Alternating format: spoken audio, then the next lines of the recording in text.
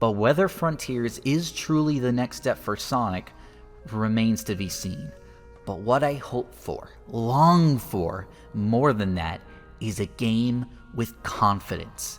I want Sonic games to stop being scared of what they want to be, because Sonic teams should just do that. Be what they want to be. And I feel that's the real reason the series started to go down since '06, because with each passing game, they kept losing confidence and played it safe, and Sonic should never do that. Boost your spirit off the ground. I'm a spark that won't go out. We can go much higher now. Gravity can't hold us down. We're only at the beginning of this one-way dream. Ignite dreams to life. After what's felt like forever, hello everybody, NitPicker here, complaining about issues great and small for your entertainment. And today, we're going to be finally talking about Sonic Frontiers. After 5 years of waiting after Forces, which I considered to be the worst Sonic game, Sonic Frontiers has finally released. And I'm not going to lie to you, a lot was riding on this release for me personally. I know a lot of you as well. After what had happened with Forces, all I wanted was just a decent Sonic game.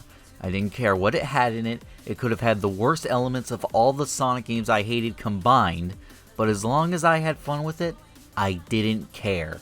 Forces screwed me up that badly.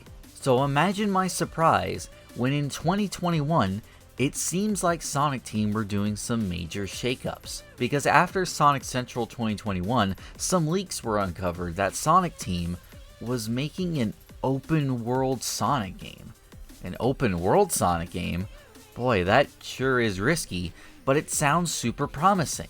And Sonic Team seem pretty confident in it as well. Maybe they can pull it off. Whenever they finally show this game off, I bet it's gonna look amazing.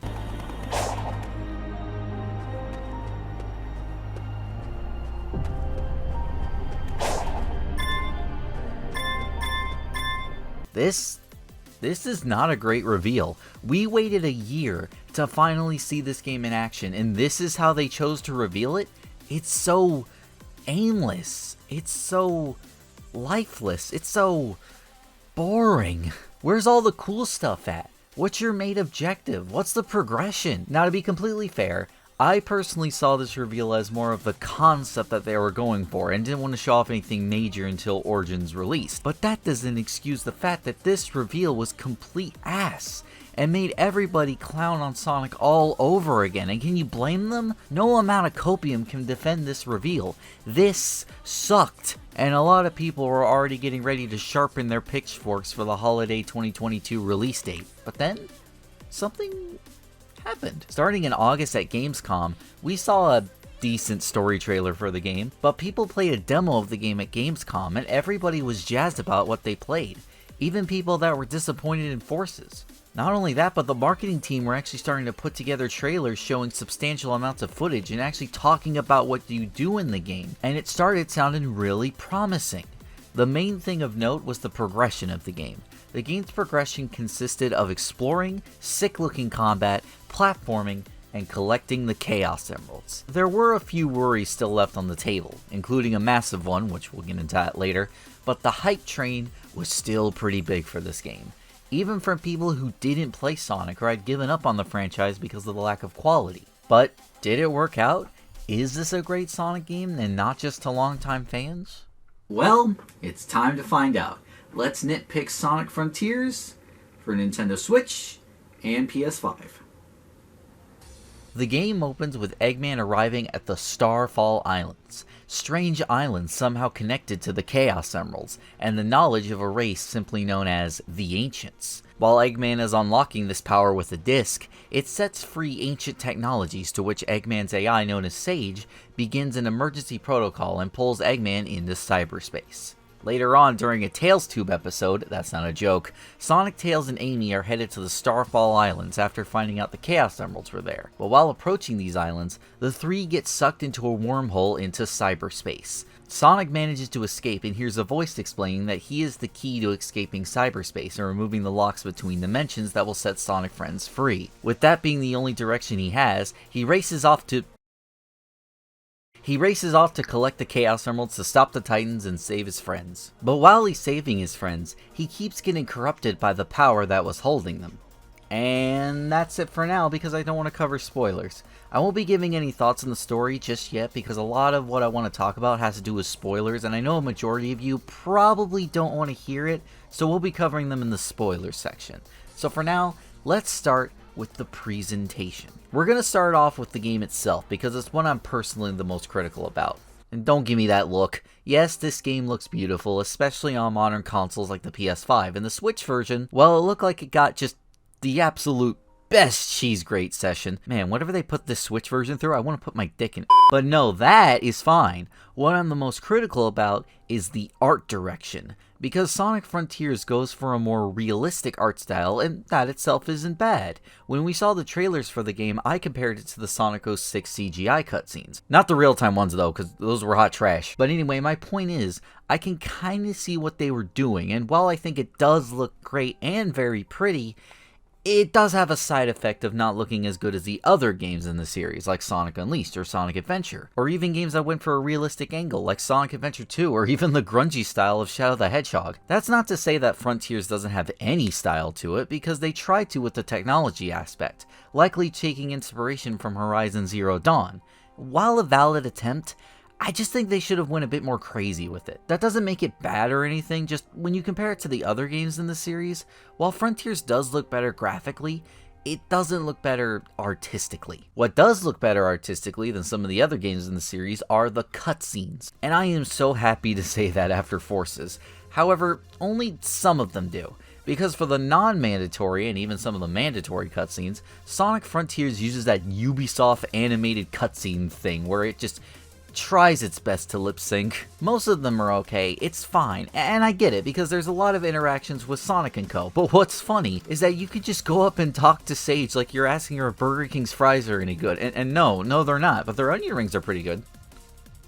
What are we talking about? Oh, right, okay, so the cutscenes that are actually, animated are some of the best in the series. It's not perfect, but they actually animated Sonic's eyebrows and face, giving him snarky looks and also gay looking looks. We'll talk about that later. But one cutscene that springs to mind that I love for this game is one of the early ones where Amy is trying to get Sonic's attention and he runs in one direction and then stops meeting up with Amy. It's a small little detail, but I really do like it. Sadly, I will say, I don't think any of these get better as the game goes on, which is probably indicative of the entire game, but let's not get ahead of ourselves. Along with the cutscenes, we've got to judge the voice acting once more, and it's weird. I'm noticing a lot of improvements mainly with the voice direction because there actually is some in this game. In other games, the voice acting has been pretty lackluster due to the lack of proper voice direction, but here, it seems they actually did give that some attention.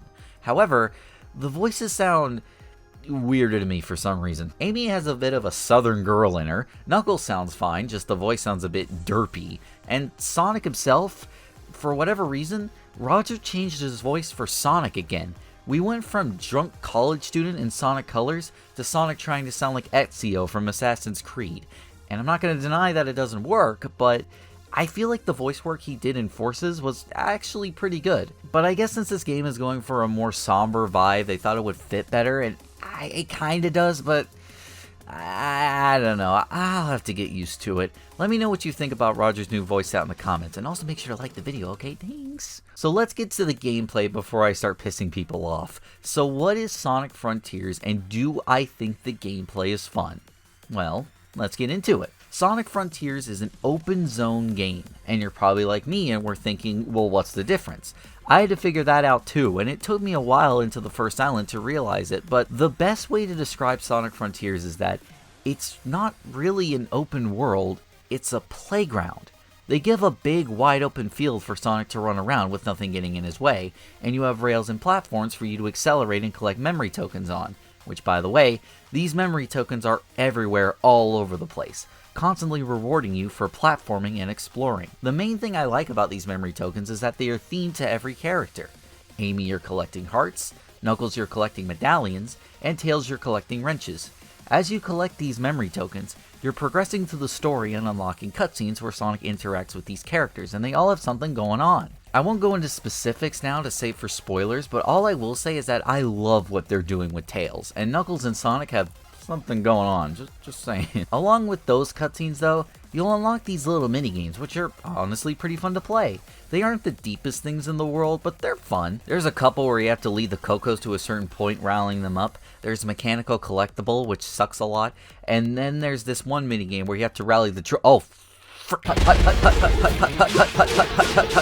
To collect these memory tokens, you have to explore each of the Starfall Islands. Kronos was a really fun and beautiful small first island, Ares was a vast desert, and Chaos is a volcano. I don't mind the first two islands, those were sick, but Chaos is like the Sonic colors of the islands because it is quality and very cool, but there's a lot of 2D, making everything feel samey and automated.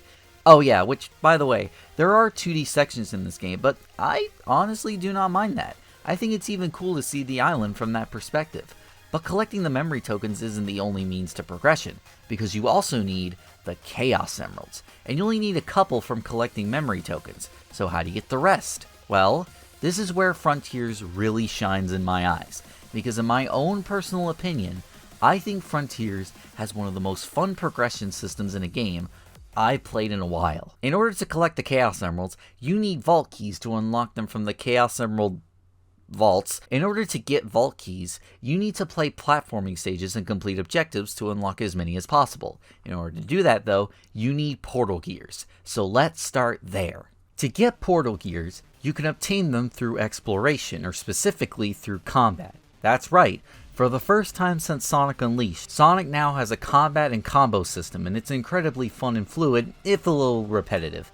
And by the way, yes, this is miles better than the Werehog in every respect. This was a large debate before the game came out from Unleashed stands, but not only are the combos more user-friendly and more fun than the combos in Sonic Unleashed, but the enemies you face in Sonic Frontiers aren't in waves and can be taken out in 3 seconds, as opposed to Sonic Unleashed, where it was 3 minutes and the enemies just came on coming and coming and coming and making the combat a slog. Frontiers, there's only groups of enemies and they can be taken out quickly, making the combat fluid and fun to play, which you unlock via the skill tree. And thanks to the skill points I got from the Adventure Treasure Box in both versions, I leveled up Sonic fairly quickly.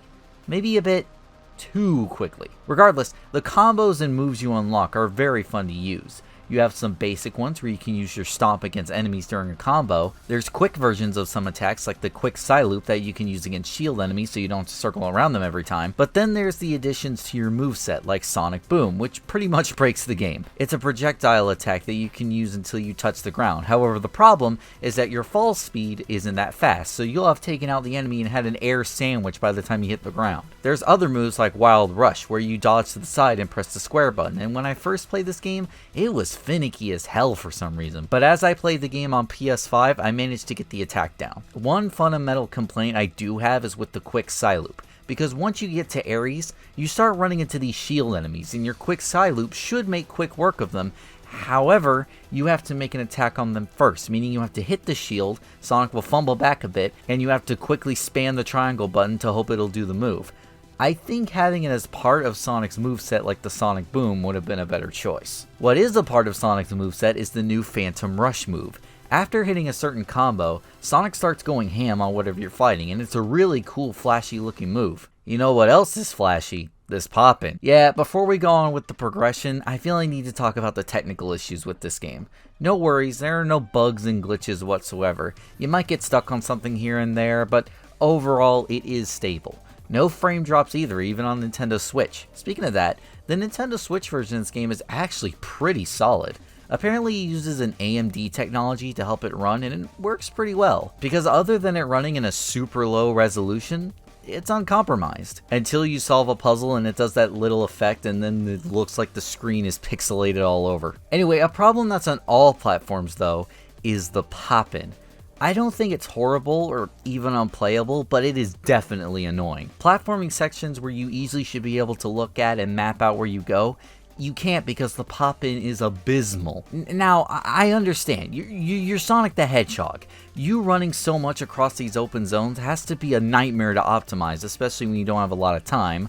We'll get to that later. But either way, this pop-in is pretty bad and amateur. Not unplayable, just bad. Speaking of pretty bad, Cyberspace. But before we can get to Cyberspace, we need a portal gear. As stated, you can get portal gears by defeating certain enemies or just finding them around the island. But the main way of obtaining them is boss fights. Fuck you! And what's cool about the boss fights is that they're all random encounters. You don't just go through the story and fight a boss right after a cutscene, no, you just walk around the open world and then a boss sees you and starts chasing you. But what makes this extra cool is that if you can find enough portal gears out while exploring, it's all optional. It is efficient, of course, so how are the bosses? Well, unlike a lot of other Sonic games, they all play and act differently. There's the squid boss fight where you run along and try to attack its head, which I adored when it was revealed because the idea of running on top of the open world while fighting a boss is just an amazing idea. I've always loved that. There's other bosses like Sumo, where it's basically just a big enemy and you can bounce off the fets and boost into every direction, racking up the damage, and it looks cool as fuck. Then there's big boy bosses like Asura, which is really cool but kinda jank with the collision. But then there's others like Strider, I hardly know. And then there's that boss on Ares where you're just running along and then Shark! It's not even called Sand Shark, it's literally just Shark! Anyway, but the bosses I pretty much liked across the board. I didn't feel like any made me mad or were stupid dumb and or made me feel stupid dumb, so they were fine. One I didn't really like was the spider one on Chaos, because once you circle around its feet, you have to shoot yourself up in the air and then skydive down. And I didn't really like that. It just kind of broke the pace for me. Alright, I've stalled long enough. Now that we have portal gears from the bosses, it's time to enter Cyberspace. This was the most disappointing feature of the game, other than, well, we'll get to that. But seriously, Cyberspace, while not being as bad as I thought, are still a letdown.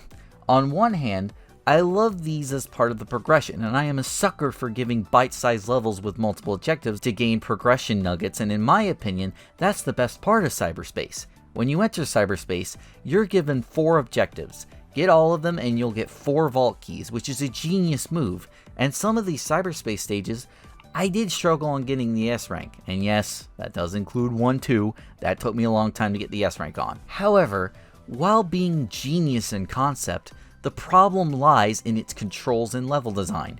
The controls are both stiff and slippery at the same time. I would say they are a slight step above Forces, but only slight.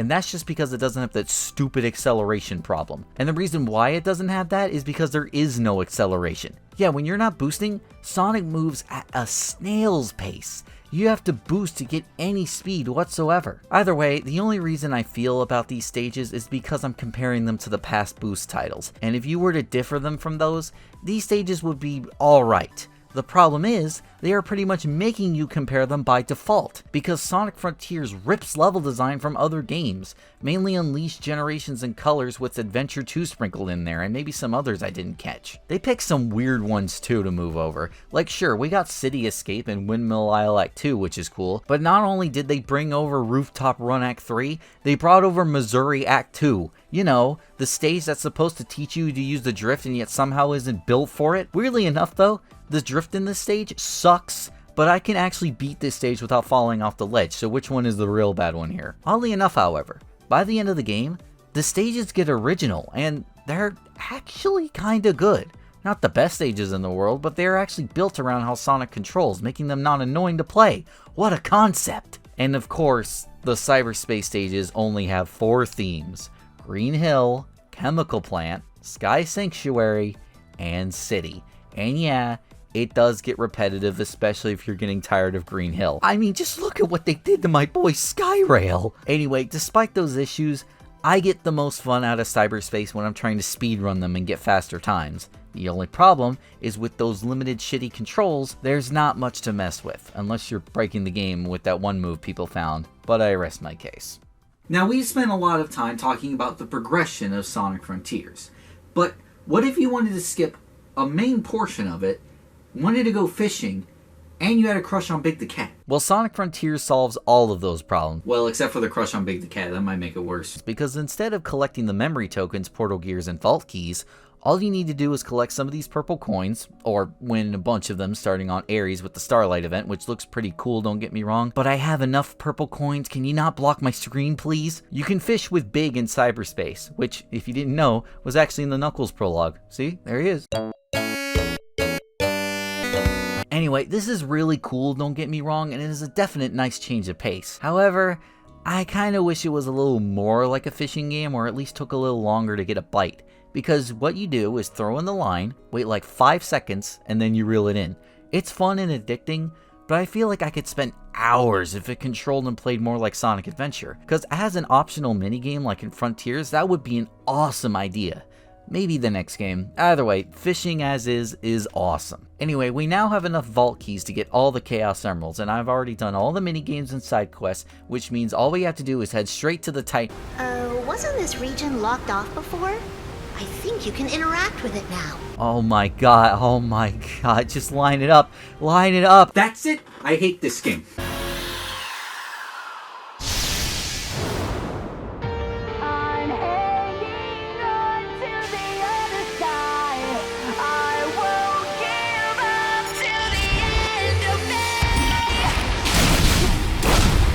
That's it. I love this game. Oh, wait. Sorry. Hold on. Sorry. I had to stop it there because I forgot to talk about the other thing you do during the open zone gameplay, and that is the puzzles. While running around collecting memory tokens, you'll run into these areas of the map that are optional puzzles you can complete to unlock more of the map and help you find cyberspace stages, bosses, and optional memories you can unlock with the memory tokens. These puzzles can be a wild variety of things. And yes, I did feel like an idiot playing those tile puzzles because I spent way longer on them than I should have. One of my favorites were the ones where you had to bounce a ball into rings or complete mini time trials that weren't very hard, but were fun. Not all of them were winners though. Unlike these candles, unlike the damn candles. But doing these puzzles as a form of busy work is honestly just really fun to do. You know what isn't fun to do? Leveling up Sonic. Once you complete a puzzle, your reward is receiving a red seed of power and a blue seed of defense, obviously raising your attack and defense. And for that, you can just walk up to the Elder and give him the seeds you've collected and you'll level up to your max. This is a great system and is another incentive to complete the puzzles. However, this Elder is fine, but Hermit on the other hand, Hermit can level you up after finding lost Cocoa scattered across the island, in which you can give them to him and trade them for leveling up your speed and ring capacity. The problem is, it's one at a time. And not only do you have to wait for his animation to be fully completed, you have to wait a second because the controls lock up before you can select the option again. So if you've accumulated a lot of cocoa or brought a ton from Big's fishing, you could be here for over 30 minutes and the guy enjoys it. Stop smiling at me! Alright, I won't let you wait any longer. There's gonna be some light spoilers from here until endgame, so if you really care about that, stop watching this part of the video and go play Sonic Frontiers and then come back. Okay? Good? Good? Okay. So we go over the waterfall and meet up with Gigantos, with the Chaos Emerald being at the top of his head. After getting beaten to a pulp by this thing, that smile means so much. These Super Sonic boss fights are so freaking cool. The first one, Gigantos, is literally just beating the shit out of the thing. Wyvern, you fly with it and try to weaken it so you can beat the shit out of it. And then Knight is you parrying its attacks and deflecting so you can beat the shit out of it. These boss fights are among some of the best boss fights in the series history. One thing I love about that, and something that I noticed immediately, is that Super Sonic has the same skill tree and moveset as Sonic on the ground, so you're not switching to a completely different style of gameplay for the bosses, and the work you put into the main game directly influences your combat abilities in the Titan boss fights, which I think is genius! However, there is a big complaint I have, mainly with the third Titan boss fight, Knight. Randomly during your boss fight, a random occurrence will happen in which you fade to black, load, play a cutscene, fade back, and then you have to deal with a stipulation like trying to steer a shield. It's not bad, but it just feels unpolished and takes me out of the boss. But how can I complain about that when there's music and gameplay like this?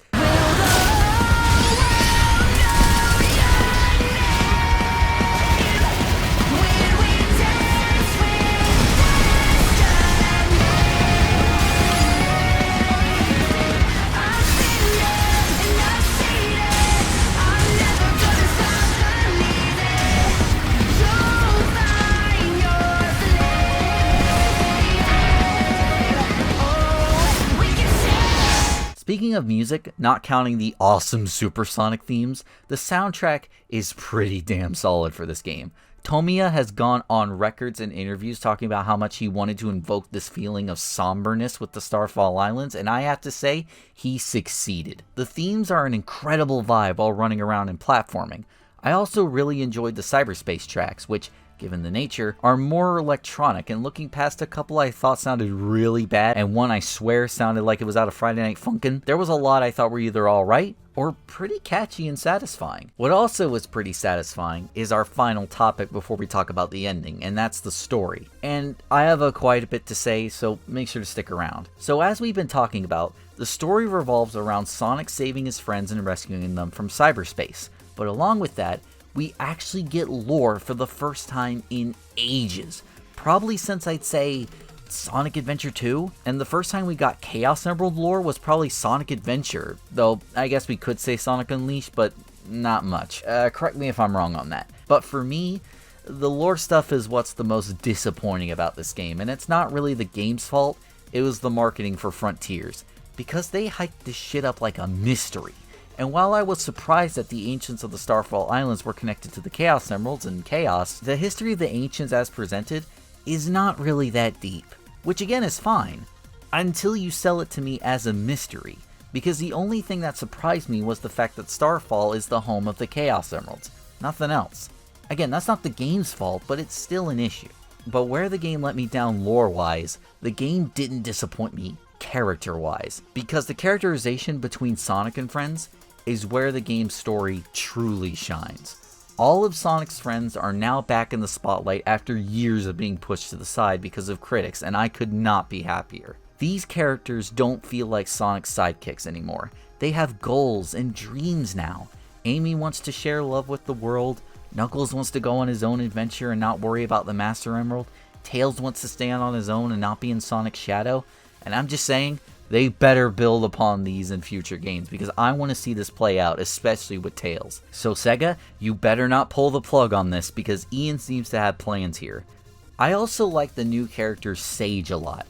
I honestly was a little disappointed that she's actually made by Eggman and not part of the Starfall Islands. However, her relationship with Eggman makes up for it tenfold. She wants to be in a family and feel loved, and that's just so heartbreaking, I'm gonna cry. However, there was this one cutscene with flashbacks between Eggman and Sage, and it's just all the cutscenes they've been in together, so like 3 or 4, while this terrible song plays. You know what this reminded me of while I was watching it? Of all things, you know that really terrible Titanic ripoff movie everybody riffs on YouTube? Well, in that, there's a scene with flashbacks showing how the main couple met and how much time they spent together, and it's like 4 scenes and they're all insignificant. I'm sorry if I reminded you of that god-awful movie. You should go tell Ellis Mark to review it. I think it'd be really fun. Anyway, sorry for the rambling, but the other thing I really like from Sage is the dynamic she has with Sonic. Constantly talking with him on his end goal, and what if the voice is leading him into a trap? Which Sonic responds with, It varies. Sometimes it's a spinning sign, sometimes it's a big old ring. well, okay, that too, and I really like that. But he responds with, he'll stop it too, which I just think fits so well with him. Alright, it's time to talk about the ending to this game. We're going to be talking about hardcore spoilers now, so if you don't want to know anything about the ending, please come back once you play the game, then come back here if you want to know my thoughts on the ending. Okay, cool? Cool. So after fighting the knight, Sonic crash lands on Rhea Island, and, Rhea Island looking a lot more like Kronos Island right about now, but the voice instructs Sonic to take out the towers and break the walls between dimensions. While you do this, you get a big giant exposition dump, kinda lazy and rushed I might add, and showing us a war between ancients and outer space, which, by the way, is Sonic seeing what we're seeing, or are we just seeing it? Whatever, funny anime grunts. After destroying the bridge between dimensions, Sonic's cyber corruption takes him over and paralyzes him, and the ancient voice reveals itself to be what the ancients sealed in cyberspace. But now, Sonic must run through a combination between both dimensions, trying to escape his paralysis and take control of his cyber form and take out the final button. I'm just kidding. Sonic's friends just hold hands, taking the cyber corruption back. Wow, so tense and exciting. Seriously, on a serious note, can we please stop with this? Can we stop hyping up a massive thing and then just dealing with it in the same cutscene? There's so many things they could have done gameplay-wise to make this awesome. My immediate thought was, what if in order to break out of the cyber corruption, Sonic needed to run through a cyberspace level that constantly shifted between the cyberspace themes and the island, and in order for him to make it out, then his friends can hold hands and sacrifice. That would have been such a cool moment and not have hurt anything, but nope, just deal with it in one cutscene and act like none of it happened. Anyway, so Sage convinces Eggman to team up with Sonic, to which Eggman reluctantly makes him a part of the Eggman Empire, and Sonic snarks at him. Genuinely a funny moment, I legitimately liked it, and I don't know why. And Eggman sets off to find the Chaos Emeralds while Sonic finds the rest of them.